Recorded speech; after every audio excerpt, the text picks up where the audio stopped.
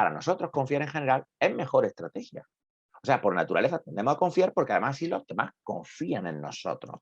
Entonces, claro, es difícil detectar a la mentira porque es que estamos predispuestos a pensar que se nos está diciendo la verdad. Y ojo, mentimos un huevo, Sí, había un mentimos un dato que me huevo. llamó la atención, que decías que en 10 minutos podemos mentir 3 veces.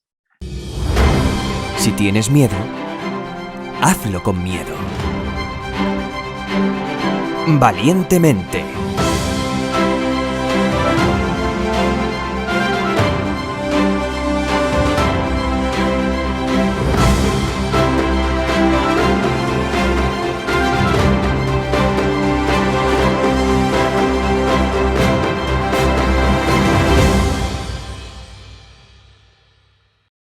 Bienvenidos a Valientemente. En un nuevo episodio quiero presentaros una vez más porque es la única persona que repite en este podcast en Vale. la temporada 1 y sinceramente ojalá repita otras 30 veces más. Es Ramón Nogueras y en esta ocasión la primera vez vino a hablar de su libro ¿Por qué creemos en mierdas?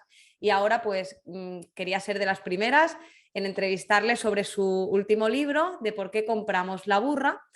Y bueno, pues bienvenido Ramón a Valientemente. Hola, Teresa. Yo siempre vengo a hablar de mi libro como Paco Umbral. Totalmente. Pero es que claro, hacer libros tan buenos que no puedo quedarme sin entrevistarte sobre ellos. O sea que de verdad, bienvenido en serio y Gracias. gracias por tu tiempo. Hombre, gracias Eh, a ti. lo dicho, ¿por qué compramos la burra? ¿Es una segunda parte de por qué creemos en mierdas? Sí y no.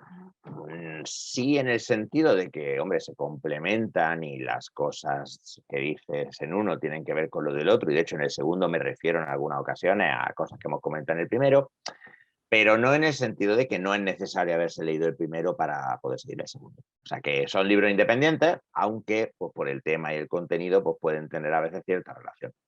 Vale, importante eso. Para quien no te conozca, puede volver atrás y escuchar el otro episodio, pero bueno, una pequeña descripción de quién es Ramón Nogueras. Pues soy psicólogo, soy de Granada, allí estudié la carrera, hice el máster en Dirección de Derechos Humanos, llevo trabajando como psicólogo pues, en consulta desde el año 2001, he trabajado muchos años como consultor y formador en recursos humanos y desde hace más o menos unos 10 años trabajo en Barcelona, que es donde ahora resido, como profe universitario en un par de universidades y además de mi consulta, y también como divulgador pues bueno, empezando con charlas que han ido subiendo a YouTube y ahora pues escribiendo un par de libros con la editorial Kailas, que son los que tú has mencionado antes. Maravilloso. Bueno, luego quien quiera buscarte, ponga Ramón Nogueras, que sale muchísimo, muchísimo contenido. Sí, sí. Es un libro en realidad sobre persuasión y es algo importante que tú nombras en el libro que es crucial entender que la persuasión es una herramienta neutra, ¿no? Y que no es un libro sobre engaños y estafas, que de hecho no nos venden la burra, nos la venden y la compramos. Sí. Y sin culpabilizar a la víctima, ¿qué parte de responsabilidad tenemos en ser estafados? A ver, es que esto además tiene que ver con la pelea que yo tuve con Íñigo por el título del libro. Yo cada libro tengo una pelea amistosa y amable con Íñigo, pero pelea. ¿Por qué? Porque en un principio el libro se iba a llamar ¿Por qué no la meten doblada? ¿Vale? Pero Vale. no me gustó porque al principio, aunque es verdad que es muy de mi estilo, pues parecía que el libro era un libro sobre engaño, bueno, pues eso, manipulación, engaño, mentira y tal, y no es cierto. De hecho, en el libro intento presentar muchos ejemplos positivos de persuasión y de uso de la persuasión para algo bueno. Entonces, dándole vueltas, caí o me di cuenta de que en realidad la persuasión para funcionar lo que hace es explotar una serie de tendencias, de comportamientos que ya existen en nosotros. O sea, que nosotros, como dice el título del libro, nosotros nos compramos la burra porque queremos comprar una burra. O sea, hace falta que tú quieras comprar la burra para que el otro te pueda persuadir. Nunca se va a dar el caso de que alguien te convenza de una cosa que es completa y absolutamente contraria a tu forma de ver el mundo. Entonces, siempre cuando nos persuaden es porque se aprovechan de que queremos ser persuadidos de ciertas cosas cuando se nos presentan de ciertas maneras, podríamos Vale. decir. O sea que sí que tenemos ahí una responsabilidad importante para entender parte del libro, ¿no? Sí que hablas sobre los heurísticos, que bueno, Ujú. hablamos ya en el otro episodio, entonces quien quiera de verdad que vuelva al anterior, al final son reglas o atajos rápidos de pensamiento, ¿no? Y Eso es. y cuando están equivocados o nos llevan a error, los podemos llamar sesgos cognitivos, y hablas de 2 heurísticos principales que nos ayudan a ser estafadísimos, ¿vale? Uno de ellos sería el principio de contraste, que en realidad es un heurístico sano, por decirlo así, un atajo rápido, solo que también nos puede llevar a error o llevar a ser estafados. Incluso, por ejemplo, podríamos comprar algo justamente por ser más caro a igualdad de producto, ¿no? ¿Nos puedes explicar esto? El principio de contraste, o el fenómeno de contraste, es la manera que tenemos de representarnos, si quieres llamarlo así, que me van a quitar el carnet de conductista por hablar de representaciones, 2 cosas que son diferentes como más diferentes de lo que son, porque esto nos ayuda a distinguirlo. Esto ocurre en todos los ámbitos de la vida. Si tú metes la mano, una mano en un tarro, en un barreño de agua caliente y la otra mano en un barreño de agua fría, el agua fría va a parecer más fría y el agua caliente va a parecer más caliente que si introdujeran las manos por separado. Los padres, por ejemplo, tendemos a sobreestimar las diferencias en personalidad de nuestros hijos, pero cuando luego las mides, por ejemplo, usando test de personalidad, pues son más parecidos de lo que nosotros pensamos, porque los distinguimos mejor como cosas diferentes. Entonces, en persuasión, no solo estafadísimos, sino persuadidos, en general, en persuasión el principio de contraste muchas veces se puede utilizar para hacer que ciertas cosas parezcan más deseables o más baratas o más caras de lo que realmente son. Hay un ejemplo que yo utilizo que es y lo uso mucho en clase. Por ejemplo, imaginemos que quisiéramos vender en una tienda de ropa de caballero pues una serie de artículos, ¿no? Pues quiero venderte un traje, una camisa, un cinturón, unos gemelos. Este principio lo que nos dice es que deberíamos empezar siempre por el artículo más caro, porque si consigo convencerte de que te gastes 2.000 euros en un traje, gastarte 100 euros en una camisa, por contraste, la camisa va a parecer mucho más barata. Nos va a parecer que después de habernos gastado 2.000 euros en un traje, gastar 100 euros adicionales en una camisa no es mucho. Y gastarte 30 euros en una corbata no es mucho. Y gastarte 50 en un cinturón no es mucho. Entonces, una de las cosas que yo, por ejemplo, enseño en clase de negociaciones es ir siempre a por lo más caro, porque una vez que aseguréis lo más caro, todo lo demás, por cascada, cae Aplicando este exacto. principio. Pero esto se puede utilizar además de una serie de estrategias, como por ejemplo la oferta y la retirada, que es cuando tú empiezas haciendo una petición muchísimo más grande de la que realmente quieres conseguir. Entonces la otra persona te dice que no, que a tomar por culo, y tú pues dices, bueno, pues ya que no me vas a dar esto, a ver si me puedes dar al menos esto otro, y bajas a una oferta mucho menor. Entonces la otra persona, la segunda oferta le va a parecer muchísimo más razonable por comparación, por contraste con la primera, pero además entra otro de los principios de persuasión, que es el de reciprocidad, que dice que cuando pedimos algo tenemos muchas más posibilidades de conseguirlo si previamente le hemos hecho un favor al otro. Entonces, claro, Claro, aquí se junta un poco todo, ¿no? Es que es como súper complejo. O sea, claro, lo que yo doy es una mogollón de principios que individualmente incrementan las posibilidades de persuadir al otro. Claro, no hay nada que sea 100% efectivo, no hay ninguna estrategia de persuasión que sea 100% efectiva, porque todas van a depender de la situación de la persona, de las características de la persona y su contexto. Pero puedes combinar y puedes aplicar muchas de estas en una misma interacción para mejorar las posibilidades que tienes de persuadir al otro de lo que sea.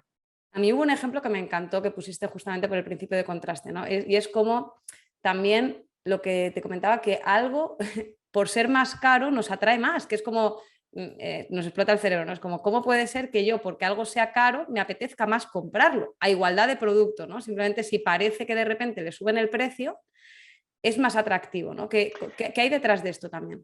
Pues lo que hay detrás de esto es que precisamente nosotros también funcionamos muchísimo por asociaciones. Entonces, en general, tendemos a asociar el precio con una mayor calidad. El ejemplo al que te refieres es el de una joyería que cuenta Cialdini en su primer libro de Influencia, en el que tienen un stock de fuera de temporada que no consiguen colocar, han probado a rebajarlo, etcétera, y en un momento dado la dueña de la tienda le dice al asistente que ponga un cartel diciendo, pues antes 60, ahora 30. Y la asistente se confunde y pone antes 30, ahora 60. Y resulta que las joyas vuelan y todo el mundo se queda como diciendo, pero vamos a ver, si estás poniendo que has subido el precio, ¿por qué cojones la gente se está llevando las joyas? Pues porque resulta que cuando la gente ve ese cartel, lo que entiende es, estos son las últimas existencias. Por tanto, aquí entra otro principio en juego, el principio de escasez. Experimentamos un estado negativo que se llama aversión a la pérdida, que es, si no me compro estas joyas ahora, puede que el precio suba más o puede que se acaban. No lo sabemos, con lo cual, además, si le suben el precio es porque mucha gente las quiere. Si mucha gente las quiere, probablemente yo las quiero también. Aquí entra el principio de prueba social. Esa competición, de hecho, la aversión a la pérdida es mucho mayor cuando percibimos que otras personas están compitiendo por aquello que ansiamos. Pues con este truco involuntario, esta persona consigue vender una serie de joyas que no conseguía colocar ni a tiro al doble del precio que originalmente pensaba ponerla. Es de locos. O sea, de verdad que es como increíble, ¿no? O sea, estaban ahí muertas de la risa, de repente les subo el precio y me las quitan de las manos, literalmente. La mente de verdad es apasionante. Hay algo también que es un poco un mito, ¿no? Y es algo que nos vuela el cerebro. Hablas de la ilusión de introspección. A ver, aquí es como que nos creemos muy listos. Y esto de poder ser estafados no es algo de unos pocos, es decir, realmente todos somos pues, vulnerables a estos sesgos, aunque siempre creemos que es cosas de otros. Pero lo que te decía que es muy curioso es que siempre parece que cuando vemos a alguien experto en un tema, Ramón, es como que, y le estafan en ese mismo tema, es como, pero a ver, tío, si tú eres experto en este tema, ¿cómo puede ser que te hayan estafado con algo de lo que Hombre, tú sabes la un montón? ilusión de introspección y sobre todo el sesgo egocéntrico. La ilusión de introspección se refiere al hecho de que pensamos que conocemos nuestros propios procesos internos y cómo llegamos a tomar decisiones. Pero como eso es, como demostraron en su día Elizabeth Pronin, Gilbert Ryle, si queréis leer la obra de Ryle sobre el tema del mentalismo es extremadamente interesante y como demostró también Nietzsche de la mente plana, cuando tú intentas generar una explicación de de tu conducta, claro, yo es que hice esto, pero en el fondo yo estaba pensando lo otro, muchas de lo que estás haciendo es fabular, lo que estás haciendo es inventártelo, una cosa ad hoc, porque muchas veces nosotros reaccionamos de forma condicionada por nuestra historia de aprendizaje, y somos conductistas, evidentemente, y creemos en el análisis de comportamiento. Entonces, claro, muchas veces cuando tú dices, yo he hecho esto por esta razón, lo que estás haciendo es buscar justificar tu comportamiento. De hecho, una cosa que es bastante interesante en la última parte del libro, cuando hablamos de lo de las estafas y la mentira, es que no hay un perfil de estafador claro, igual que no hay un perfil claro de persona estafada. Todo el mundo es vulnerable a ser estafado si te pillan en un momento y en una situación adecuada. Pero, pero los dos tipos de personas que quizás serían más vulnerables son precisamente personas que han sido estafadas anteriormente, porque un sorprendente porcentaje de las víctimas de estafa no es que no denuncie la estafa, es que no considera que ha sido estafada. Porque yo soy muy listo, a mí no me pueden haber estafado, esto no puede haber sido una estafa.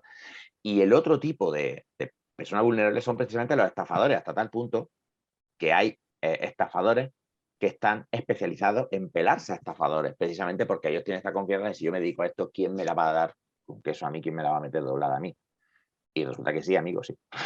Exacto, pero que es curioso, ¿no? Como alguien que a lo mejor justamente se cree menos vulnerable, justamente es más vulnerable, ¿no? Porque al final baja la guardia, ¿no? Podríamos decir, en ese momento él eh, cae en ese sesgo egocéntrico, cae en ese a mí no me la pueden meter doblada, como tú dices, y justamente ahí es cuando aprovechan y te la meten doblada. Claro, pero que precisamente, como decíamos antes, la persuasión se aprovecha de que nos gusta aquello que se nos ofrece, si nos gusta y nos gusta la manera en la que se ofrece. Entonces, eh, nosotros pensamos además muchas veces que tenemos una visión directa del origen de nuestros estados mentales, de nuestra conducta presente, pero no es así. No es así. La mayor parte de nuestras conductas se producen no por razones inconscientes, sino sencillamente porque son respuestas aprendidas que se activan de forma automática ante ciertos estímulos, ante ciertas situaciones. Con lo cual, claro, cuando a ti te hacen una oferta muy buena y tú la aceptas, tú no llegas y dices, claro, es que yo he aceptado esto porque mi aversión a la pérdida ha hecho que la posibilidad mía. Una cosa en la que yo caigo y yo sé de estas cosas. Pero, por ejemplo, yo me gustan los videojuegos y a mí cada vez que hay rebajas en Steam o en alguna plataforma de juego, yo sé perfectamente que me están ofreciendo un juego que probablemente no tendré tiempo de comprarme. Pero yo me justifico el comprarlo. O sea, es decir, claro, sí, pero bueno, puedo priorizar este juego en vez de otro y total, está con un 90% de descuento, ¿cuánto lo voy a pillar así? Es que ha bajado de 60 euros a 6, me lo voy a comprar tal. Pero es mentira, es mentira. Simplemente tú estás condicionado por tu versión a pérdida, es decir, si esta oferta se fuma y luego otro día quieres jugar al juego, va a tener que pagar 60 euros y eso nos duele perder oportunidades. Entonces, claro, el estafador considera que tiene acceso a sus propios estados mentales y que además son diferentes de los del resto de la gente, porque él es más listo. Pero ojo, hablamos de esto en general. Esta idea de que, por ejemplo, el 80% de los conductores consideran que están por encima de la media en habilidad de conducción es otra manifestación del sesgo egocéntrico. En el libro cuento una cosa que me parece la hostia. En los años 70 un equipo de psicólogos fueron a un hospital, a trauma, y fueron a pues a una zona de traumatología donde estaban personas que habían estado implicadas en accidentes de coche. O sea, gente que estaba en trauma, que estaban pues, allí hospitalizados porque habían estado en un accidente de coche. De esas personas a las que encuestaron, 2/3 habían provocado el accidente. O sea, 2/3 estaban hospitalizados porque había habido un accidente de coche que ellos habían provocado. Todos ellos consideraban que su habilidad de conducir era superior a la media, todos ellos. O sea, te has estrellado porque no sabes conducir en condiciones, hijo de puta, y todavía tienes los cojonazos de decir, no, no, si yo conduzco muy bien. La persuasión explota eso. Pero por otro lado, ese seco egocéntrico nos ayuda a vivir con nosotros mismos, nos ayuda a estar motivados, nos ayuda a sentirnos bien con nosotros mismos. Cuando la cagamos nos ayuda a sobreponernos, cuando hacemos algo mal nos ayuda a perdonarnos, nos ayuda a pensar, bueno, la próxima vez Exacto. saldrá mejor. O sea, una persona que fuera completamente realista con respecto de sí misma y de sus capacidades, etcétera, pues posiblemente tendrá una depresión. Claro. No, sí, pero probablemente al final es como un arma de doble filo que por un lado, claro, o caes en una autoestima que te arrastra o de verdad pues caes en un cerco egocéntrico que a lo mejor te limita en otras cosas, pero bueno, ni tan mal que de vez en cuando pues te sientas bien y te sientas empoderado y sientes que te comes un poquito el mundo, que también está bien para motivarte, como dices, y atreverte y saltar y hacer cosas, ¿no? Bueno, me gustó mucho cómo dividiste el libro, ¿no? Al principio hablas de 7 armas utilizadas para persuadirnos, ¿no? Y la divides, antes has nombrado, y me ha gustado mucho porque en un momento has nombrado cómo, pues esto utiliza el apego, la aversión a la pérdida, la reciprocidad. Has nombrado la primera arma de todas sería la reciprocidad, ¿no? Que me encanta porque aquí, bueno, hay ejemplos mil de cómo nos sentimos obligados a devolver favores aunque ni los hayamos pedido, es decir, porque el problema es que cuando alguien te hace un favor, muchas veces tú no lo pides, directamente alguien viene, te hace un favor, que lo puede hacer de una forma súper altruista y bondadosa o te la puede estar intentando, pues meter por otro lado para otro motivo, ¿no? Pero bueno, alguien viene, te hace un favor y socialmente nos sentimos obligados a devolverle ese favor y no solo eso, sino que además, si no lo hacemos, cuentas, ¿no? Incluso la sociedad está feo socialmente no devolverlos, ¿no? Y has nombrado la técnica del rechazo y retirada, que me gustaría que pusieras algún ejemplo un poco más desarrollado, porque antes venía a cuenta de otra cosa. Si pudieras poner algún ejemplo de la técnica de rechazo y retirada que se aprovecha sobre todo de este principio de reciprocidad. Pues hay un experimento que nombro en el libro que me parece divertidísimo y que me parece además una gran muestra de cómo se emplea esta técnica, que es convencer a gente de que haga cosas que normalmente no querría hacer mediante el uso de esta estrategia. Entonces, imagínate que tú vas por el campus, eres un estudiante, se te acerca una gente, te dice que trabaja en una ONG con chavales, con adolescentes y chicos muy jóvenes, delincuentes juveniles, ¿vale? Y te dicen que si quieres pasarte la tarde del sábado entera tú sola, vigilando y siendo la monitora de un grupo de 15 de estas personas, ¿vale? Y claro, pues como el 70 y pico, el 80% de las personas a las que le encuestaron dijeron que no, que ni de coña me voy a pegar yo un sábado por la tarde aguantando a 15 chavales de esto, además responsabilizándome de ellos y tal. Vale, eso era lo que los investigadores esperaban. Entonces decidieron poner a prueba a ver si la técnica de rechazo y retirada podía ser eficaz aquí. La técnica de rechazo y retirada, como decíamos antes, es que tú haces una petición bastante mayor de lo que tú quieres conseguir y entonces cuando te dicen que no, retrocedes, te retiras a una posición aparentemente más razonable que por contraste va a parecer mucho menor que la primera y además la otra parte va a sentirse por este principio de reciprocidad en deuda porque tú ya le has hecho una concesión, ya estás rebajando tus peticiones. Claro, nosotros sentimos que tenemos que darte algo a cambio. Joder, si tú estás siendo razonable, estás pidiéndome menos, pues hombre, yo también tendré que hacer algo. Entonces, lo que decían era que le decían a la gente, oye, ¿tú estarías dispuesto a trabajar voluntariamente como monitor los jueves por la tarde durante 2 años, todos los jueves por la tarde durante 2 años, 4 horas cada semana durante 2 años en un piso de esto de tutela con estos chavales? Así, y claro, sin cobrar, porque esto es una ONG, aquí no hay dinero, y claro, pues el 100% de la gente le dijo, vete a la mierda. Entonces los experimentadores usaron una fórmula que era, bueno, pues ya que no puedes dedicar este tiempo, podrías al menos, fíjate que además La palabra, ¿no? El al el uso de menos, la palabra tampoco inocente, ya que no, al al menos, o sea, estamos menos. enfatizando el hecho de que estás rechazando, pues al menos puedes ir al zoo el sábado que viene con un grupo de estos que no hemos quedado sin monitor y quedarte con esto toda la tarde. El 76%, casi más o menos el mismo porcentaje que dijo que no en la primera condición, dijo que sí en la segunda y se comprometieron a ir con estos chavales. Entonces, claro, fíjate lo potente que es esto y lo fácil de utilizar que es en nuestro día a día. O sea, el tema de ir, bueno, pues si yo quiero conseguir algo, hago una petición que no sea tan exageradamente grande, que sea imposible y que eso pues, daría sensación de mala fe y por tanto pues, no funcionaría, porque evidentemente la persuasión, si te detectan, si te pillan, si te encuentran, si es excesivamente llamativa o cantosa, puede volverse en tu contra, pero tú haces una petición superior a la que tú quieres y entonces parece como que a regañadientes retrocedes a una menor, pues la otra persona tiene más posibilidades, muchas más. Fíjate que de todas formas hubo 25% de gente que también dijo que no en la segunda. O sea, Sí, esto no es... valora ese favor, ¿no? Es como que valoro el favor de que tú me estás Claro. minimizando la petición y entonces me siento un poco más en deuda. Y me ha gustado mucho lo que comentabas, que también lo hablas en el libro, ¿no? Más en profundidad, el tema de, como con el alcohol, ¿no? Si te pasas te lo pierdes. Y esto es que si te pasas con la petición de que te vas de madre y pides algo totalmente abusivo, con toda la intención de luego pedir lo otro, pero en la primera te vas de madre, la otra persona va a decir, se puede enfadar, ¿no? Y ahí No, claro, se crea mala voluntad y ahí no está dispuesto. Claro, fíjate que yo, aunque piden una cosa que es una exageración, como es pringar una tarde a la semana durante 2 años, bueno, pues no dejan de ser gente de una ONG pidiendo ayuda para una causa social, etcétera, y además sin ningún tipo de presión. O sea que, bueno, pues dices que no, pues dices que no. Pero fíjate el cambio tan grande de 76% de que no en la primera condición a 76% que sí en la segunda condición, es solo por el increíble. hecho de pedir algo antes, más grande, etcétera. Claro, como estás ahí a punta pala, por ejemplo, todo este formato clickbait de mierda que tanto asco me da de lo que no te van a contar las autoridades se basa en principios como este, para hacer la información más creíble, más buscada. Las rebajas se basan en esto. Cuando aparece una celebridad anunciando un producto, se basa en esto. Cuando te dicen más de 2 millones de libros vendidos para que te compre un libro de un autor, va de esto. O sea, todo esto, Está todo estudiado. una alumna mía me decía en la clase de negociación hace unas semanas, decía, es que una vez que ves esto, ya no puedes dejar de verlo, está en todos los lados.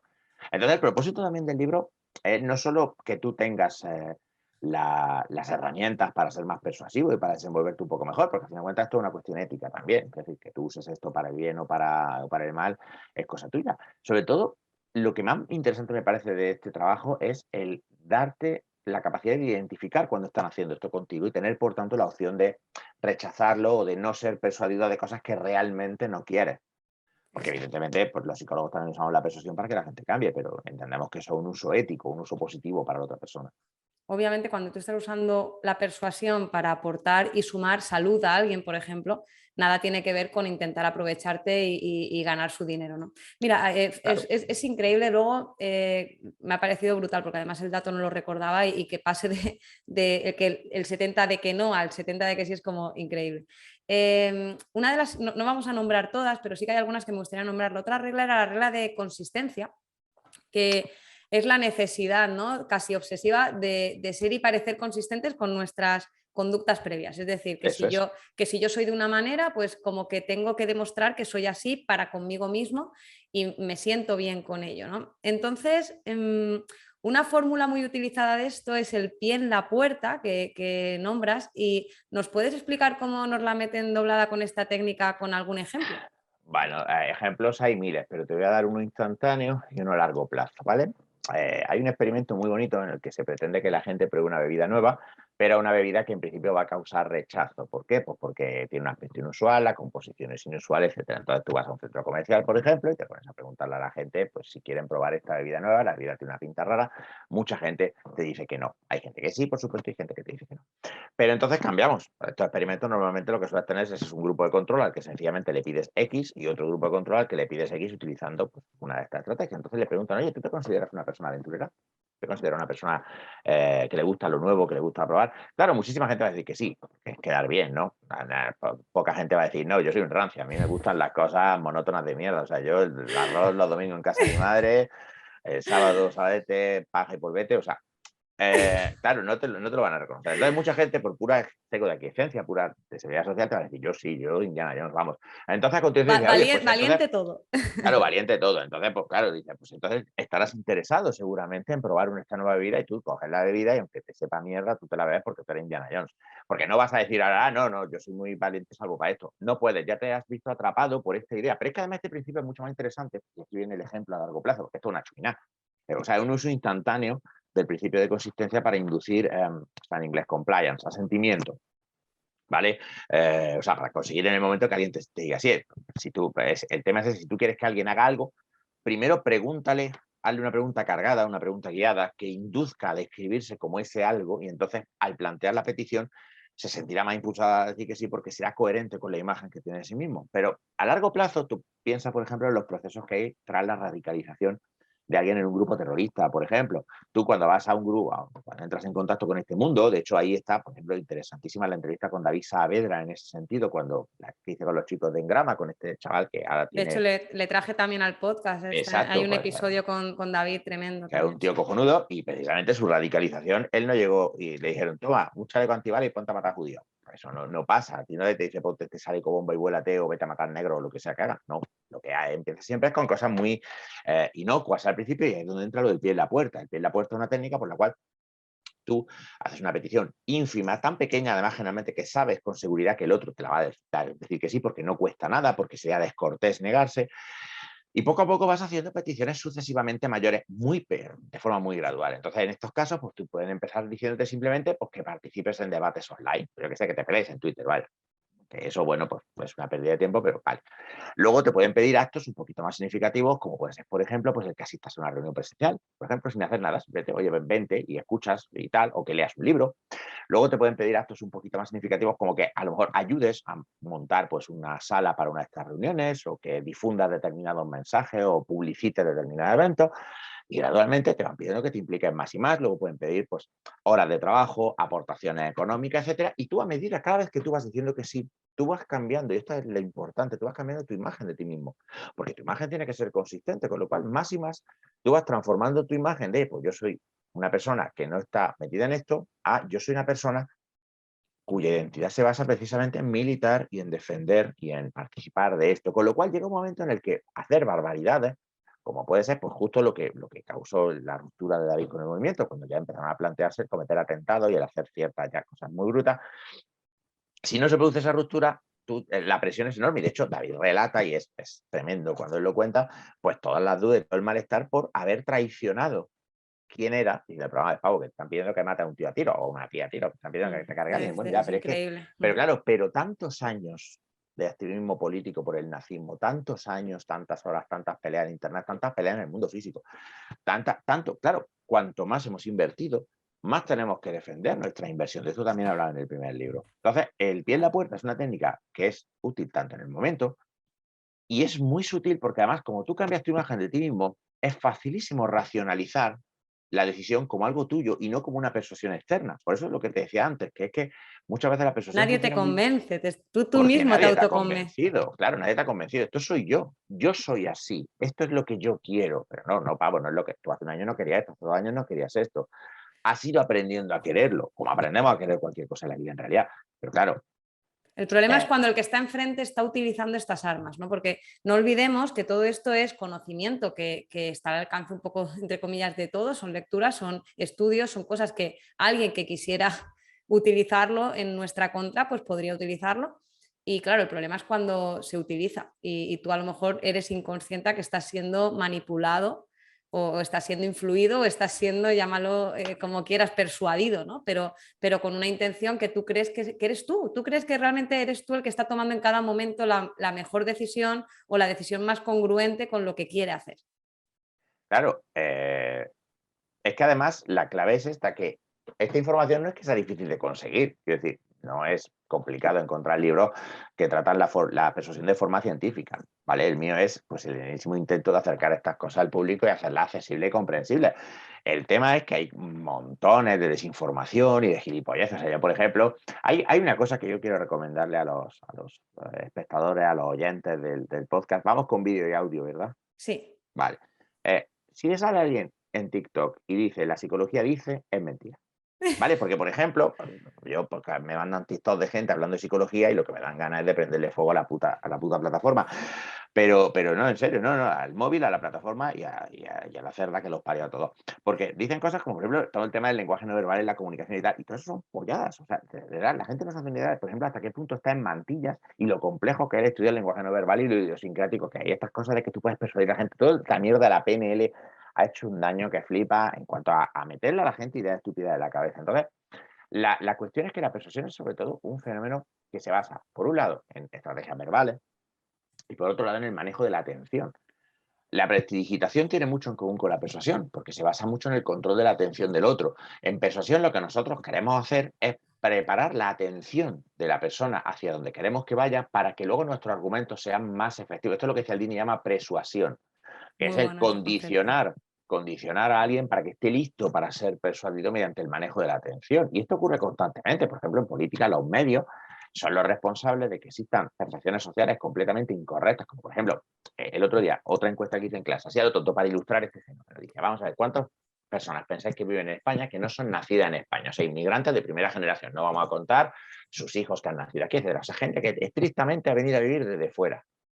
Y me decían, pues, entre un 20 y un 40% algunos. Fíjate, un 40% que quiere decir que la mitad de la gente que te cruzas por la calle no es de aquí, que es que es un disparate. O sea, es que incluso viviendo en Barcelona, que es una ciudad que tiene 800.000 turistas, eso no hay quien se lo crea. Pero fíjate, el porcentaje real de inmigrantes en España está por debajo del 11%, estaba en un 10 y pico, 10,4, 10,5, una cosa así. Pero en los medios tú prestas mucha más atención a las cosas que tienen que ver con inmigrantes, tanto los delitos cometidos por inmigrantes o supuestamente cometidos por inmigrantes, como a los problemas que puede haber con ellos, etcétera, etcétera. Con lo cual, la atención hace que eso se convierta en un foco causal. Y entonces cualquier argumento que tenga que ver con ello se va a ver amplificado porque ya estamos precargados para pensar de determinadas maneras respecto de ellos. Entonces, Muy apoyadas con el lenguaje interesante. no verbal y demás, y olvídalo, tú puedes ser tremendamente persuasivo y tener el lenguaje no verbal de una alcayata. O sea, es que no tiene nada que ver. Es cómo hablas y qué momento aprovechas para decirlo lo que determina lo persuasivo que eres. Es súper interesante lo que decías de la atención de cara a que tiene un efecto causal, ¿no? Que no solo aquello a lo que prestamos atención parece más importante, sino que también le damos como que es causal. Y había un ejemplo muy bueno, que además yo creo que es algo que todo el mundo tendrá a alguien cerca o seguro que ha caído en eso, que es como por ejemplo el hecho de darle a ciertos números una importancia que no tiene, como por ejemplo por qué jugamos a la lotería con la fecha de nuestro nacimiento o con la fecha de nuestro aniversario, o por qué utilizamos determinados números, como le damos un componente causal, un componente mágico justamente por eso, porque son números que nos han requerido la atención, les damos más importancia y no solo más importancia, sino un efecto que no le corresponde, porque que tu cumpleaños se repita mucho en tu vida no quiere decir que te vaya a tocar la lotería con ese número de cumpleaños, pero este efecto causal de la atención es brutal. Efectivamente, entonces también se maneja esto, el hecho de que cuando tú atraes la atención de las personas a ciertas cosas en una conversación, te resulta mucho más fácil aplicar a estos principios verbales. Por eso primero explico los principios, porque creo que luego todo el trabajo de preparación se entiende mejor cuando ya sabes a qué principios se refieren. De hecho, luego muchas aplicaciones de esto, por ejemplo, la persuasión es este ejemplo que hemos visto antes de preguntarte si era aventurera y luego ofrecerte la bebida. Fíjate que ya estás precargando a la persona para la petición, le estás haciendo enfocar su atención sobre su imagen de sí misma y obligando a modificar esa imagen para que esta persona se vea a sí misma como más aventurera. Y a continuación haces la petición. Y entonces esa petición usa el principio de consistencia para que la persona diga que sí. Increíble. Y dentro de la ilusión, ya que estamos con la atención, hablabas también de hemos saltado, ahora volvemos, si no, a las armas, ¿no? Por decirlo así, al previo, pero ya que estamos con la atención y con la persuasión, pues bueno, me interesa, ¿no? Que también lo que pasa es que los medios la cagan con esto y es algo que me parece que también es importante y cómo utilizan la atención, porque no te pueden hacer pensar, es decir, sí que a veces sobreestimamos el poder de los medios, ¿no? No es que nos cambian la forma de pensar o nos cambian la forma de hacer. No te pueden manipular tan fácil como para decirte lo que tienes que pensar, pero sí, como tú dices, te pueden manipular en el sentido de a qué prestas atención. Entonces, Exacto. ¿cómo nos persuaden los medios de comunicación como la televisión, noticias, etcétera, con el foco y la ilusión de la atención? El tema es que los medios no te dicen qué tienes que pensar, pero sí te dicen en qué o acerca de qué tienes que pensar. Lo que hacen los medios muy bien no es tanto transmitir mensajes persuasivos que hacen que la gente, yo qué sé, pues, me vuelvo facha. O sea, no, eso no lo hacen ningunos medios. Lo que sí hacen es que tú hables de unas cosas y no hables de otras, y que prestes atención a unas cosas y no a otras, y que ciertos problemas, por tanto, puedan parecer más relevantes. Y para la agenda de un cierto partido, de fachas, por ejemplo, la inmigración es un problema, pues lo que tienes que hacer es estar dando por culo en los medios todo el santo día, porque vas a escuchar acerca de la inmigración, tú acabarás pensando que la inmigración es un problema mucho más importante de lo que realmente es. Pero te digo la inmigración como te digo el paro, como te digo la ETA, como te digo la economía, como te digo lo que tú quieras. ¿Vale? Por ejemplo, los accidentes de avión y los accidentes de coche, que es el ejemplo clasiquísimo, ¿no? La gente le tiene miedo a volar, ¿por qué? Porque los accidentes de avión son muy escandalosos, tienen mucha cobertura y cuando ocurre uno de ellos muere mucha gente, muy espectacular y además los medios los cubren mucho. En cambio, los accidentes de coche son algo cotidiano, pero en realidad son mucho más mortales, muere mucha más gente en accidentes de coche que en accidentes de avión. Y esto es una cosa que es así desde hace montoneras de años.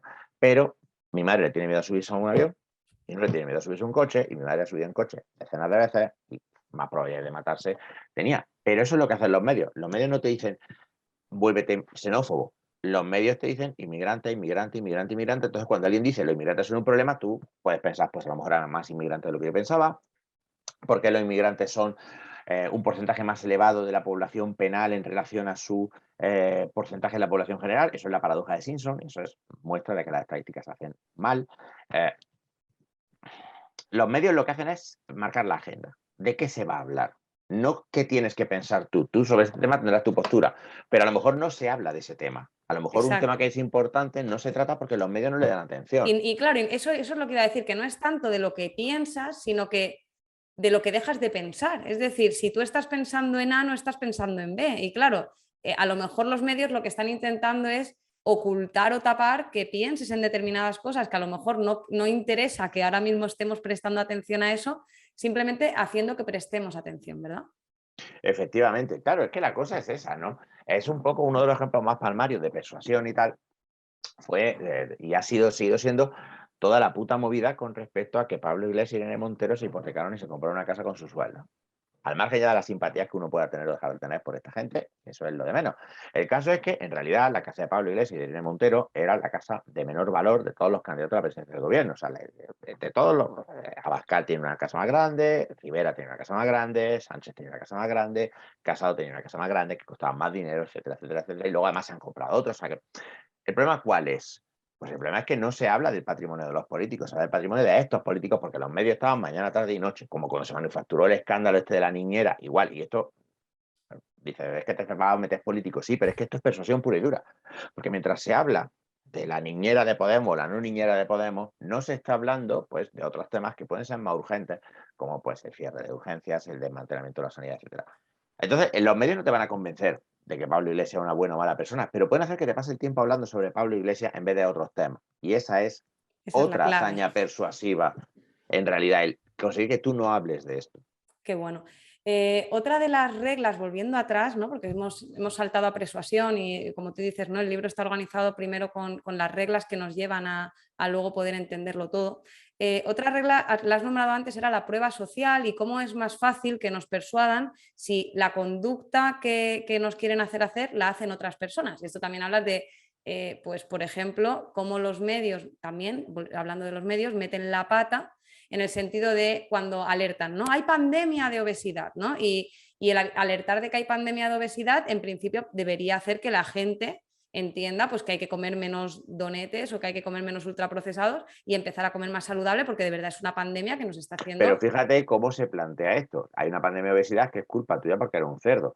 No es hay una pandemia de obesidad porque vivimos en un sistema donde mucha gente no tiene opciones alimentarias ni información alimentaria, donde es mucho más barato Información, comer exacto. mierda que, además, sí, es culpa tuya que eres un puto cerdo. Por supuesto, esto no tiene nada que ver con el bombardeo con imágenes imposibles, las redes sociales, los medios de comunicación, la propaganda, etcétera. No, es culpa tuya que eres un puto cerdo. Eso para empezar, totalmente, eso para Fíjate empezar. cómo se pone el marco Eso para empezar, ¿no? Y luego... en tu Michelin de dónde sale, no se sabe, porque no hay contexto. A ver, por eso cada vez que la gente habla de responsabilidad individual a mí me da la risa, ¿sabes? Porque dice responsabilidad individual, sí, bueno, a ver cómo la definimos, cómo la operativizamos.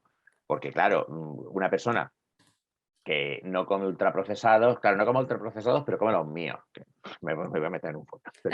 Bueno, sí, aquí estaríamos abriendo otro melón, ¿no? Sí que es cierto, yo aquí sí que entiendo que el contexto, el marketing, la sociedad obesogénica en el sentido más publicitario de la palabra y cómo nos bombardean constantemente, esto es ineludible y me parece pues vergonzoso que no se tomen muchas más medidas. Pero al margen de esto, lo que me parecía muy curioso que lo hablabas en el libro es el hecho de cómo a veces los medios hablar de no se están usando las mascarillas o hablar de mucha gente está comiendo mal, hay una pandemia de obesidad, justamente eso se ha comprobado que hace que más gente no se ponga las mascarillas y que más gente no... O sea, ¿podrías explicar esto a través de Sí, la prueba esto social? se basa precisamente en ese principio. Cialdini hablaba de otros casos, pero es plenamente aplicable. Escribió un artículo en el blog sobre esto al principio del confinamiento, que básicamente venía a decir que los medios estaban haciendo un trabajo de mierda. Bueno, es que lo han hecho. El papel de los medios de la pandemia es denunciable. Porque al informar sobre los incumplimientos constantemente, en vez de poner el énfasis en que los incumplimientos eran muy menores, muy marginales y que la mayoría de la gente estaba siguiendo las normas, etcétera, produce precisamente un debilitamiento de las normas. Y esto Cialdini lo expresa con mucha claridad. Si tú crees que todo el mundo o la mayor parte de la gente está rompiendo una norma, entonces tú tienes un impulso de romper la norma, porque es lo que está haciendo todo el mundo. No vas a ser tú, además, el único tonto polla que se ponga la mascarilla cuando nadie se le está poniendo. Entonces, ¿qué pasa? Que estas noticias favorecían la conducta tanto del que estaba en contra de la norma, que se siente justificado porque hay más gente que no la está siguiendo, como del que no está en contra, pero claro, si nadie la está usando, no sé si me explico. Entonces, claro, Totalmente, te estás explicando entonces te perfectamente. están diciendo los medios, no te pongas la mascarilla, te están diciendo los medios, no sigas la norma. No, no, no, por supuesto que no. Los medios se van a lavar las manos y te van a decir, yo qué he dicho, yo no, hombre, no, yo informo de las normas, ya, pero tú no informas. Es como cuando te ponen un debate entre un terraplanista y un científico, que habla de que la Tierra pues, es redonda y tal. La gente ve eso, o los debates sobre la homeopatía, y da la sensación, o el cambio climático, de que es un debate abierto, que no hay debate. O sea, para que un debate sobre el cambio climático fuera significativo, tendrías que tener a 2 o 3 negacionistas y 97 científicos al otro lado, para que así la gente se hiciera realmente una idea de cómo está el caso. Pero claro, tú lo enmarcas como un uno contra uno y la gente dice, uy, es que este tema está muy complicado, es que esto no está claro. ¿Cómo que no está claro? Está clarísimo. ¿Cómo que no está claro? Realmente. Aquí pasa lo mismo, si te pasa el día dando por culo con que un señor de Madrid se cogió el coche, se montó y se fue hasta Benidorm, y allí en Benidorm lo tuvieron que ingresar porque llegó muriéndose de COVID, que fue uno legendario. Bueno, y si no fue en Benidorm, fue Murcia, fue otro sitio. Pero vamos, un nota que fue desde Madrid hasta la playa, habiendo dado positivo, se cogió su polla el coche, se fue hasta la playa porque a él no le salió de los cojones quedarse en Madrid, se fue a la playa y lo tuvieron que ingresar, y de hecho no sé si se murió o lo que fuese. Claro, una noticia de esas, otra. Tú la sensación que acabas sacando es, carajo, tío, aquí no cumple la norma ni Dios. Y yo aquí en Madrid me viera a la playa. Claro, y ya que en Madrid, pues me voy a la playa. ¿Por qué? Porque la norma social es que la norma del gobierno no se debe cumplir. No hay por qué cumplirla. Claro, súper interesante esto, ¿no? Es como que al final lo que nos están vendiendo, nos están contando que mucha gente no cumple la norma y eso justamente lo que nos anima es a hacer lo que hace la mayoría por prueba social, que es lo que tendemos a hacer, y dejarnos influir ya no por la norma que no cumple la gente, sino por no cumplir la norma que es lo que hace la gente, ¿no? Es ¿Vale? paradójico y curioso. Mira, Ramón, aquí de una forma rápida, porque este tema sí que, si nos metemos, podría ser eterno, pero sí que me gustaría al menos nombrarlo. En el libro hablas justamente a través de prueba social del efecto Werther y el efecto Papageno, ¿vale?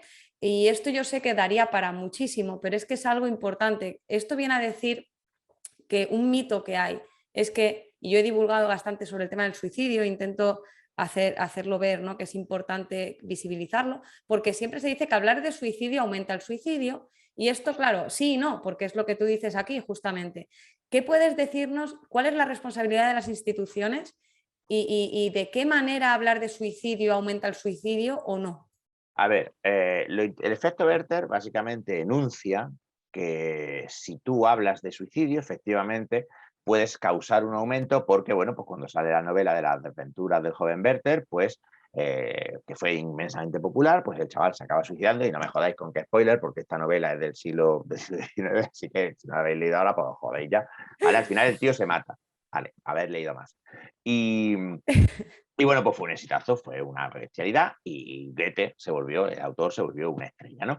Y el caso es que, de hecho, los chicos de su edad y de la clase social, de la misma que el personaje, pues imitaban la forma de vestir, y según parece, unos 40 lectores se suicidaron, y de ahí el nombre de este efecto, que se lo inventó un sociólogo en los años 70, ¿vale?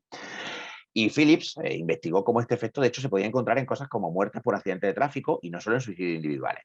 Y esto está muy discutido. Por ejemplo, cuando Kurt Cobain, el cantante de Nirvana, se mató en el 94, se esperaba una oleada de suicidios que no se produjo. Sí hubo un aumento en las llamadas telefónicas de personas que estaban pidiendo ayuda, porque estaban pensando en hacerlo, pero no lo hicieron. Pero por otro lado, cuando Robbie Williams se mató, sí hubo un incremento de casi un 10% en el número de suicidios respecto de lo que había esperado. Entonces hay un poco como una duda de si esto es así o esto no es así. Entonces parece ser que la diferencia está en cómo los medios informan acerca del suicidio. La manera en la que se describe, el grado de cobertura y la atención al detalle, pues pueden provocar este efecto Werther o el efecto Papageno, que es el efecto contrario, que es cuando alguien que está considerando suicidarse es persuadido de no hacerlo. La prueba social es mucho más poderosa cuando las personas a imitar se nos parecen. O sea, claro, en el caso de la novela de Werther, pues quienes cometían estos suicidios eran chicos de la edad y clase social del protagonista de la novela, eran parecidos. Entonces, ¿qué se puede hacer para que esto no aparezca? Pues en el caso de Kurt Cobain, por ejemplo, los medios lo hicieron bien. Y estas buenas prácticas, la evidencia parece soportar que permiten hablar del suicidio, porque hay que hablar del suicidio, hay que romper el tabú en torno al suicidio. Pues podemos hablar del suicidio sin causar este tipo de problemas. Entonces, en primer lugar, si queremos que la gente se mate, podemos hacer cosas como, primero, usar titulares sensacionalistas hablando mucho del método. Kurt Cobain se pegó un escopetazo en la cabeza. No, Kurt Cobain se ha matado o Kurt Cobain ha acabado con su vida. No, Kurt Cobain se pegó un escopetazo en la cabeza. Que se vea como fotos de los amigos sufriendo, el lugar donde ha ocurrido, fotos del arma, fotos de cómo se lo hizo, funerales, homenajes. Además, por supuesto, describir los suicidios como pues, oleadas, epidemias, etcétera, etcétera. Claro, fijaros, es lo mismo que el incumplimiento. Hay una epidemia de incumplimiento de las normas de seguridad con la COVID. Estas palabras no son inocentes. Si el suicidio se describe como inexplicable, como inesperado, informar de los suicidios como si fuera otro crimen más, ¿no? Muerte por suicidio en vez de se suicidó. Estas cosas aumentan la probabilidad de que otras personas den el paso y se suiciden. Sin embargo, las buenas prácticas lo que hacen es precisamente lo contrario, informar sin sensacionalismo. Por ejemplo, pues Kurt Cobain muere a los 27 años, usar fotografías del sujeto en vida o con su familia, fotografías más positivas, incluyendo información de recursos de ayuda, informar sobre las estadísticas de suicidio, evitando las descripciones sensacionalistas de las tendencias, no inventarse epidemias que no hay. Recordar a la gente que la mayoría de los suicidios suelen ocurrir, la gran mayoría, tras conductas de aviso, de búsqueda de ayuda, que la mayoría de las personas que se van a suicidar avisan. Que muchas veces quien dice no se vio venir, no podíamos haberlo sospechado, es porque no estaba prestando atención. O sea, Exacto. así de claro. Hay tanto mito alrededor del suicidio. Y más que tratar el suicidio como un problema psicológico individual, pero es que esto es aplicable a tantas cosas, tratar el tema del suicidio como un asunto de salud pública, o sea, relacionado con el contexto del suicida. Y por supuesto, además, usar expertos de verdad en suicidios, o sea, psicólogos que estén formados y especializados como asesores, incluyendo darles voz para que ellos den sus indicaciones de qué se puede hacer cuando pensamos que una persona cercana está pensando en suicidarse y cosas así. O sea, que realmente cómo se cuenta favorece mucho una cosa u otra. Exacto, pero sí que hay una fórmula para poder hablar de suicidio y prevenirlo, no incentivar al suicidio. Y aquí es la responsabilidad y la importancia de las instituciones, de los medios de comunicación y que empecemos a tomar responsabilidades, ¿no? Increíble, bueno, este tema daría para mucho, Ramón, pero ya sin otro día. Algo importante, volviendo al libro, antes nombrabas, ¿no? Todo el tema de la PNL, de cómo nos han vendido que el lenguaje no verbal, que lo podemos medir, que... Entonces, claro, hay un mito muy importante que me encanta, que es el que hay unas señales universales de que te están mintiendo, ¿no? El típico mito de si alguien te está hablando y aparta la mirada, entonces te está mintiendo y seguro que te está engañando. Y realmente hay millones de talleres que se venden sobre esto, de métodos, incluso la policía en Estados Unidos tiene métodos, polígrafos, como tú dirías, mierdas varias, ¿no? ¿Qué dice la ciencia sobre esto? Es decir, de las señales universales de mentir y de cómo... No, yo es que soy muy avispado y yo cazo a la gente cuando me está mintiendo. No, en general no. En general somos bastante malos pillando las mentiras. En general somos bastante malos pillando las mentiras. De hecho, la mayoría de personas están en torno al 48% de eficacia, que es ligeramente peor que tirar una moneda. ¿Por qué? Bueno, pues por muchas razones. Porque en primer lugar hay mucha desinformación. Por ejemplo, se le da una importancia enorme al lenguaje no verbal y de hecho el legendario Paul Ekman, que es quizá uno de los psicólogos que más conocidos son por su investigación acerca de las expresiones faciales. De hecho, tiene una serie dedicada, Lie to Me, que la protagonizaba Tim Roth, que era básicamente Paul Ekman, que se supone que era un equipo CSI que detectaba las mentiras pues, filmando a la gente y analizando sus microexpresiones y no sé qué. Ese método de Paul Ekman de detectar mentiras no ha pasado la prueba empírica y no ha demostrado tener validez. Eso para empezar. Las mentiras no se detectan por los gestos, ni por las expresiones, ni por nada de eso, y el que diga lo contrario es un flipado. En segundo lugar, diga lo contrario, miente, ¿no? Bueno, sí, miente por ignorancia, supongo, en la mayoría de los casos. En segundo lugar, la detección de mentiras muchas veces se puede producir prestando más atención al lenguaje verbal. Hay experimentos que muestran que la gente es un poco mejor detectando mentiras cuando están solo escuchando la voz, más que cuando están viendo y escuchando a la persona, porque el lenguaje no verbal distrae.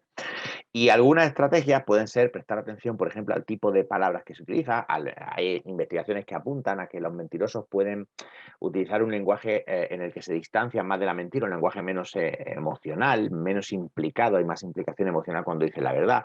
A menudo también hay otras investigaciones que indican que los mentirosos podrían usar más palabras, hablar más para tratar de sonar más convincentes, más realistas, mientras que muchas veces la verdad es bastante ambigua, porque muchas veces no sabemos. Si yo te pregunto qué has hecho este fin de semana, probablemente me dirás 4 cosas y tendría que estar rascando para poder ver si finalmente recuerdas todos los detalles, mientras que un mentiroso a lo mejor del tirón ya te cuenta montones de detalles así muy, muy, muy concretos. Y también otra técnica que funciona bien es cuando sometemos a la gente a una sobrecarga cognitiva. Esto es, mentir consume más recursos que decir la verdad. Tienes que hacer un esfuerzo mayor porque tienes que recordar constantemente qué es lo que estás contando. Entonces, a menudo, obligar al sujeto a prestar atención a más de una cosa a la vez, haciendo preguntas que le obliguen a mantener la cabeza muy ocupada, puede dar lugar a que cometa un desliz y se contradiga, de forma que sea fácil pillarle en una contradicción, etcétera. Esto es una cosa Súper que... interesante. Claro, nosotros que tú piensas que queremos que los mentirosos den señales de haber mentido, queremos que nos aparten la mirada, queremos que se tapen la boca porque queremos que sea fácil. Porque en realidad estas ideas universales sobre las señales de la mentira no vienen de cómo nos comportamos cuando mentimos, sino de nuestra idea de cómo nos gustaría que se comportara la gente cuando miente. Porque nos gustaría que fueran cazables, ¿no? Es que al final no se trata de que no haya quizá motivos o pruebas que puedan sí que ser utilizados para ser más hábil a la hora de leer a alguien, Exacto. pero obviamente que no hay leyes universales de si alguien te aparta la mirada, te ha mentido. Claro, Si es que alguien piensa, baja la voz o habla pero es bajo, que, te ha mentido. Tere, sin irnos más lejos, tú piensas en las diferencias que hay en expresividad, en gestualidad, etcétera, entre los miembros de una misma familia, entre los miembros de distintas regiones de España. Tú piensas que en general podemos afirmar, sin estereotipar mucho, que la gente en Andalucía hablamos de una manera, la gente en el País Vasco habla de otra, y la gente es más expresiva, menos expresiva, más extrovertida, menos extrovertida. ¿Cómo coño vas a generalizar una cosa al conjunto de la especie humana? Ya sin hablar, por supuesto, de las diferencias entre culturas, géneros, según la socialización, etcétera. Pero es que no solo detectamos cara a cara fatal las mentiras, que en papel tampoco. Hace unos años hay un experimento que me descojona, porque a mí todo lo que sea dejar mal a las grandes consultoras me parece que es una labor social, ¿no? Entonces cogieron auditores de las 4 grandes, las Big Four, Deloitte, Pricewaterhouse, Ernst Young y KPMG, para detectar fraude contable. Esto es un experimento del 2006 que me flipa. Entonces, esto se supone que es su puto trabajo, ¿vale? Por el que cobran millonadas. Los investigadores, los psicólogos, utilizaron un programa que conseguía identificar un 85% de los documentos fraudulentos que se le presentaba. Y en un giro, el giro de los acontecimientos que no sorprendió a nadie, los auditores de las consultoras detectaron solo un 45% de los documentos fraudulentos, porque sus emociones y su experiencia previa jugaban contra ellos. Entonces, cuando encontraban una señal de fraude, pues muchas veces relataban que recordaban casos de anteriores donde había una explicación muy razonable para esa discrepancia, entonces se la saltaban. Y hablamos de gente analizando asientos contables con un haciendo su ordenador, trabajo. Sí. haciendo su trabajo, efectivamente. Pero es que además se nos da tan mal detectar mentiras por la misma razón que funcionan las demás armas de influencia, porque es que para nosotros confiar en general es mejor estrategia. O sea, por naturaleza tendemos a confiar porque además sí los demás confían en nosotros. Entonces, claro, es difícil detectar la mentira porque es que estamos predispuestos a pensar que se nos está diciendo la verdad. Y ojo, mentimos un huevo. Sí, había un dato que me llamó la atención, que decías que en 10 minutos podemos mentir 3 veces. Sí, efectivamente, pero claro, suelen ser lo que llamamos mentiras Mentiras piadosas, exacto, sí. Claro, suelen ser mentiras en las que intentamos evitar algún pequeño inconveniente. A menudo intentamos que la otra persona no se sienta mal, intentamos salvar un poco su autoestima. Muchas veces, no, es lo típico, me queda bien este pantalón y tú, te queda de puta madre. Claro, ¿por qué? Porque, bueno, a ti te da igual en realidad y la otra persona quiere Sí, sentirse bien, simplemente a pues ya veces está. es subir un poco, Mira, exagerar un poco, bajar, minimizar, exagerar, pero bueno, que con toda la buena intención o simplemente claro, intentando pues mira, ser sociales, ¿no? esta misma mañana en el programa de Hoy por Hoy con Ángeles Barceló hablaba y ponía un ejemplo muy clave. Cuando se murió mi padre estaba muy, muy unido de una relación cojonuda con mi hija mayor, que tenía 3, no tenía 4 años todavía. Y claro, pues la chiquilla estaba tristísima, ¿no? Y entonces, pues le contamos que el abuelito, pues no le dijimos, el abuelo lo han incinerado y ya está, toman por culo. Le dijimos que al abuelo nunca más lo volvería a ver, pero designamos una estrella y dijimos, es la estrella del abuelito, el abuelito era una estrella, el abuelito está ahí. Y mi niña, cuando era pequeña, todas las noches en Granada, se salía al balcón y se despedía del abuelito y le decía, adiós abuelito, te quiero mucho y tal, una cachada de llorar que me he pegado yo con eso, que flipas. Y yo estoy mintiéndole a mi hija. Pero ¿sabes qué pasa? Que le estoy mintiendo a mi hija de 3 años para que no esté tan triste porque se ha muerto su abuelo. Entonces, sí, claro, que le mentí. Por supuesto que le mentí. ¿Entiendes? Porque muchas mentiras se hacen con un propósito que, hombre, pues no se puede catalogar como negativo. Claro, podemos decir que es mejor no mentir, y estoy de acuerdo, pero la gran mayoría de las mentiras no son severas, no son dañinas, no se hacen con mala intención, con lo cual confiar sigue siendo una buena estrategia, porque incluso aunque asumamos que los demás posiblemente nos estén adornando la verdad o no nos lo cuentan todo, generalmente también podemos intuir que muchas veces lo hacen Porque nos bueno, quieren y sí, porque son porque más no, amables también, sí. exacto, porque, bueno, pues por las mismas razones que lo hacemos nosotros. Y nosotros sabemos que muchas veces cuando contamos mentiras piadosas, pues hombre, no es con mala intención, es por... Hay científicos que describen las mentiras como un lubricante social, simplemente como una Exacto. forma de que las interacciones sean más suaves, menos bruscas, menos agresivas, porque decir la verdad todo el rato, pues muchas veces puede ser áspero, puede ser hosco, puede ser molesto. Entonces, pues, Sí, con esto no estoy, lo con esto no típico estoy de, sí, defendiendo, lo no estoy típico de yo defendiendo es la que digo la verdad, yo digo la verdad. No, tú lo que no tienes es con esto ningún filtro. no estoy defendiendo el mentir ni el no mentir, pero la mentira, como cualquier conducta, cumple una función. La gente miente para algo. Y entonces, pues creo que es interesante darnos cuenta que somos malos detectando mentiras, porque es que en general confiar suele ser una buena estrategia, porque, insisto, en las cosas importantes la gente suele ser honesta. Entonces podemos generalmente confiar y la mayor parte de las veces será una estrategia acertada, igual que en la prueba social, hacer lo que hace la mayoría de la gente a menudo es una buena idea. En el principio de autoridad, hacer caso a las recomendaciones de un experto en un tema suele ser una buena idea. A veces no, pero la mayoría de veces sí. Por eso muchos estafadores se visten con símbolos de autoridad, porque saben que es más probable que sean creídos. Pero eso no quiere decir que la estrategia sea mala. Lo que no es perfecta. Y entonces se Exacto. puede explotar. Pero es que al final la persuasión se reduce a eso, se reduce a explotar ciertas tendencias que tenemos, pero que las tenemos porque hemos aprendido que suelen ser buenos heurísticos, suelen ser buenas reglas. Sí, que si aparece un señor vestido de bombero y te dice que salgas de la habitación, quizás es buena idea hacerle caso, ¿no? Claro, Entonces, claro, pero y claro, a lo mejor te pueden estafar con eso, pero más vale quizá confiar por norma general en ciertos aspectos, ¿no? Totalmente, pero justamente de ahí es cuando se aprovechan o se pueden llegar a aprovechar de nosotros. Increíble. Ramón, por ir acabando, porque bueno, aquí nos podemos extender infinito. Acabas el libro, en la segunda parte, bueno, hablas de cómo persuadir y que hay que romper ciertas barreras, ¿no? A la hora de pues, romper la reactancia, que pues, bueno, has nombrado antes también, el problema del apego y la evitación al cambio, entre otros. Pero hay algo que me gustó mucho, ¿no? Y es algo que ocurre y se sabe, que es la incertidumbre, es decir, cómo nos afecta la incertidumbre. Me encantó el hecho de que expresaras que en ocasiones la incertidumbre es incluso peor que ciertos resultados negativos. Es decir, es peor no saber si te van a despedir que te hayan ya despedido, ¿no? La incertidumbre nos paraliza. Y hablas, por ejemplo, de empresas como Amazon y sus sistemas de freemium para cómo se aprovechan de este factor de incertidumbre, cómo se aprovechan o cómo utilizan, ¿no? En realidad, para vendernos más. Entonces, efectivamente. ¿podrías poner algún ejemplo?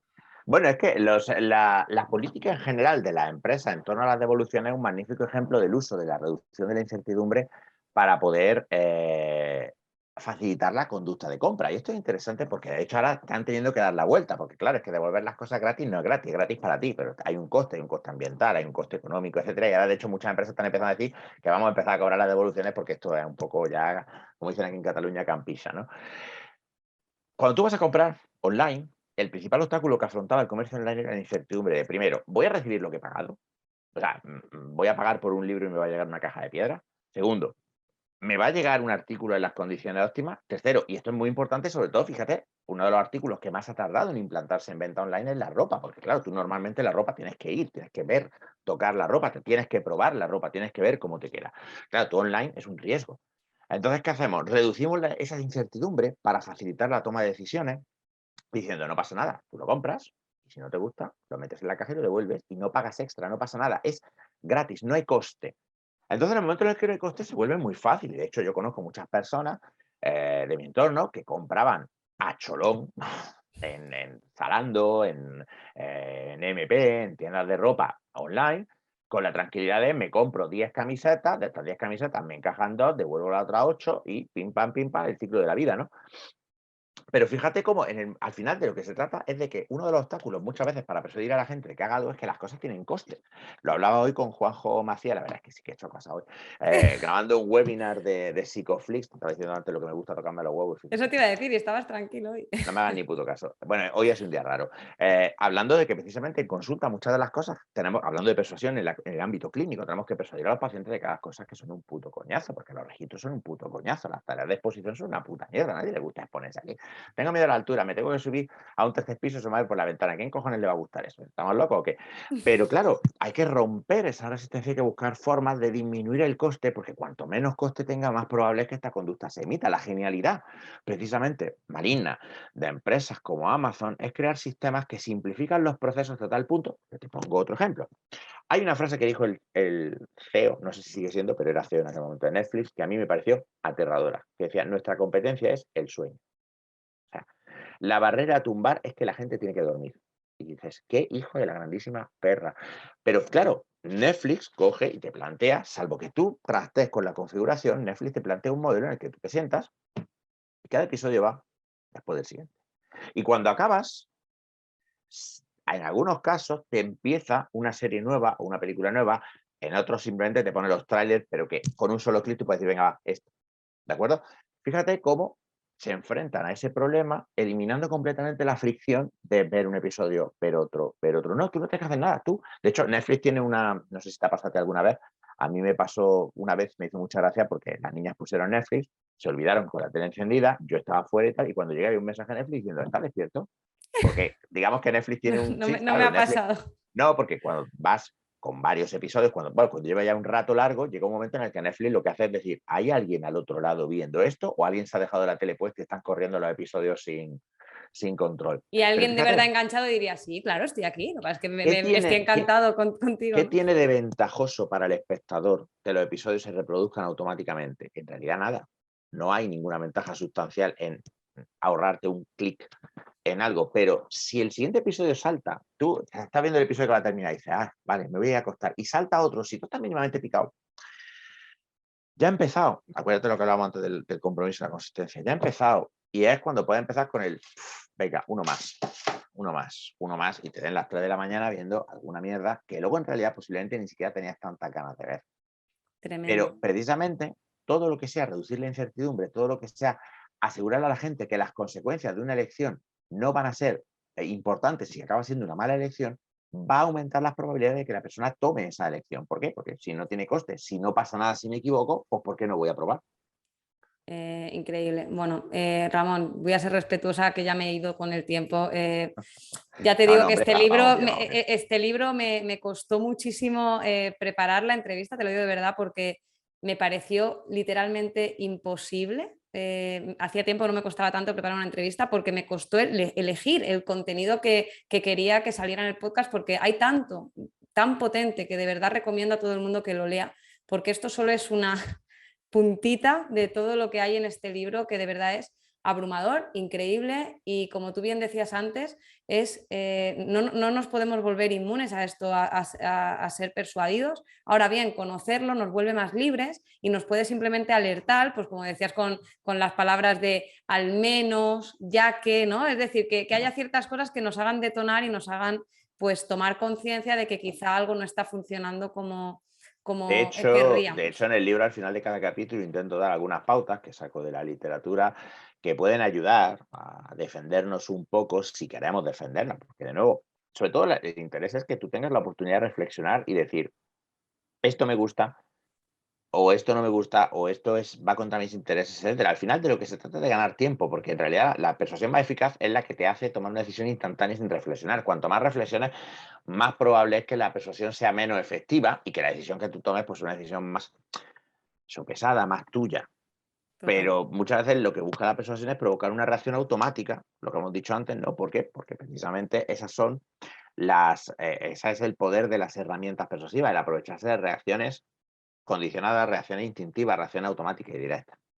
No, y sí que además esa parte de, que pones de cómo utilizarla y cómo defenderte, ¿no? Es ambas partes, que fíjate que tanto es un libro que no es algo negativo persuadir, que de verdad hablas de cómo utilizarlo, porque como tú bien dices, la persuasión se puede utilizar para ayudar a tu hija pequeña a sobrellevar mejor la vida en un momento dado, ¿no?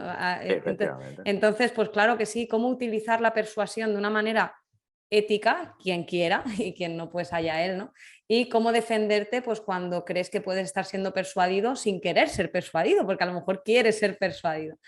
Bueno, Ramón, lo dicho, ya sabes, porque ya has estado en el podcast, que yo normalmente acabo, de hecho no te acordarás, pero yo sí, porque me hizo mucha gracia. Ojalá no te acuerdes y me digas la misma. Pero siempre acabo el podcast con una pregunta, que sé que llevas tatuajes, pero bueno, si tuvieras que hacerte un tatuaje que con una frase, un mantra, una palabra que te represente o que quieras transmitir al mundo, ¿qué sería esa frase, esa palabra o ese mensaje?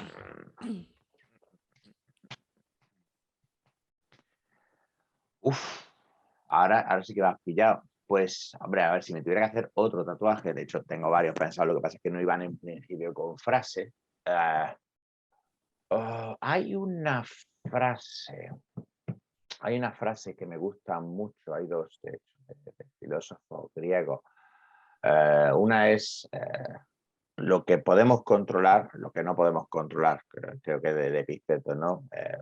La frase era así, distinguir entre lo que podemos controlar y lo que no podemos controlar para hacerse uno en cada brazo. Y otra era una frase, no recuerdo de qué filósofo era, que venía a decir algo así como el carácter es destino. No sé, creo que se le atribuyen a Heráclito, ¿no? Qué bueno. Que ojalá supiera griego para decirte la frase original, pero básicamente decía eso, el carácter de un hombre es de ¿Qué su destino. significa para ti esa frase? Ethos anthropos daimon era la frase. Yo más que carácter, no me gusta mucho hablar de carácter. Yo creo que hablaría más bien de tu conducta. Al final, eso que llamamos destino no es una cosa que nos sucede pasivamente, sino que es la consecuencia de nuestras acciones y de nuestra conducta. Y que al final nosotros podemos aprender a poner nuestra conducta bajo el control de unas reglas y de unos estímulos positivos para nosotros, y por tanto tenemos una capacidad limitada, pero real, de influir en nuestro entorno y de cambiarlo. Con lo cual, pasar de considerar el destino como una cosa pasiva a el resultado de tus acciones y tu interacción con el entorno, yo creo que es un punto de vista muy positivo. Me ha gustado mucho lo que has dicho de la actitud, no me termina de gustar, ¿no? Es como, o el carácter, no me termina de gustar. Porque al final, yo siempre digo, ¿no? Que tú no eres, tú te comportas. Cuando tú asumes que tú tienes un carácter, estás vendido. En cambio, cuando tú asumes que tú no eres, tú te comportas. Si cambias tu comportamiento, cambias tu esencia, llámalo X, llámalo como quieras, y por tanto, eres otra persona, ¿no? Y esto es súper potente, y como al final las cosas no es karma ni mierdas así, ¿no? Es que simplemente si tú te comportas de una manera es mucho más fácil y probable que ocurran ciertas cosas que si no lo haces. Tremenda frase, que sepas que la otra frase fue ¿cuándo es el segundo desayuno? Entonces, hombre, claro, los hobbits. Esta ha sido mucho más profunda, o sea que bueno, pues, bueno, mucho más profunda o no, ¿qué quieres que te diga? Porque la otra tenía un mensaje también muy potente. Hombre, hay que ser hobbit, hay que ser como los hobbits. Hay que ser hobbit. Ramón, para quien quiera, esté pensando después de este pedazo de episodio que nos has regalado, comprar tu libro, ¿qué le dirías para culminar, si hay algo que le quieras decir al oyente que esté pensando en comprar tu libro? Hombre, que me parece muy bien que compre mi libro, porque tengo un gato de 2 meses y hay que darle de comer. O sea, que darle de comer a mi gato. Se llama Señor Croqueta, es muy simpático.